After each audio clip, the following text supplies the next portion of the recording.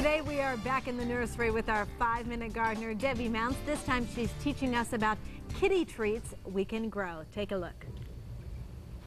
Hey you guys, so many of us have our beloved animals that are so much a part of our life. And if you are a cat lover, you know about the problems with cats and hairballs and eating grass in your yard. Well, I have a solution today. There is a seed called catgrass seed, and it specifically helps with cat digestion. Now I have 3 different companies making catgrass seed right here. Shows you right there.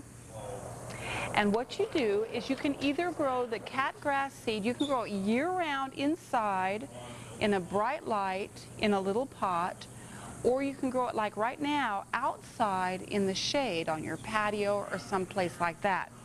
Now these little pots we planted up the other day, and this stuff grows unbelievably fast. This is 5 days worth of growth.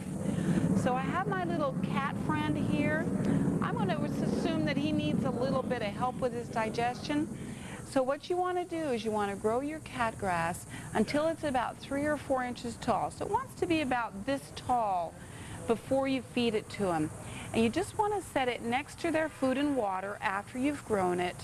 Oh, you know, every couple of days or so, just to help with our digestion. Don't only leave it there for a few minutes. Let them get used to it. So now planting the catgrass, easy, easy. As you can see, these are the results in 5 days, for Pete's sake.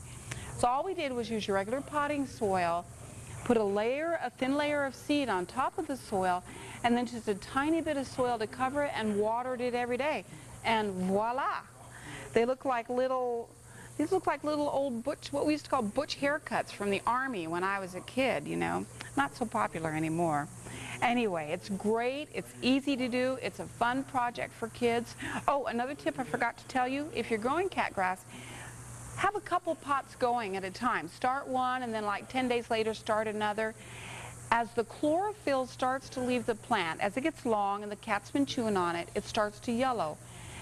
When it starts to yellow, you know that it's lost its chlorophyll and it's lost some of its effectiveness. So you need to get some new catgrass. Okay, you guys, hope this helps your kitties' tummies. And we have Debbie here in studio with us. And so this has been growing just for 2 weeks? Right. This is our, I know, this is our 2-week grass. And our cat at the nursery hasn't quite discovered it yet, so it hasn't been munched on. It probably could use a little bit of a haircut at this point. Okay, so the other thing I brought is catnip. This is the other cat treat. Now I did a little research about catnip. Let's hear it. And it was used for centuries, starting like in the 1500s as an herbal tea until other teas were introduced. And you can grow this inside in a bright light or outside. But what it does to the cat, it's almost a psychosexual result after the cat eats it. It's like, really? Okay. Really? Yeah. And it can cause different behaviors. I mean, things like the cat playing with an invisible friend, or laying down and kind of lolling around in kind of a stupefied daze, you know. But it doesn't affect all cats. There's about 15% of cats, and it's actually a genetic thing that it doesn't affect at all. And it's not cruel to the cats not or at anything, all, right? Not at all. Not at all cruel. No, that wears off. It's not a problem at all.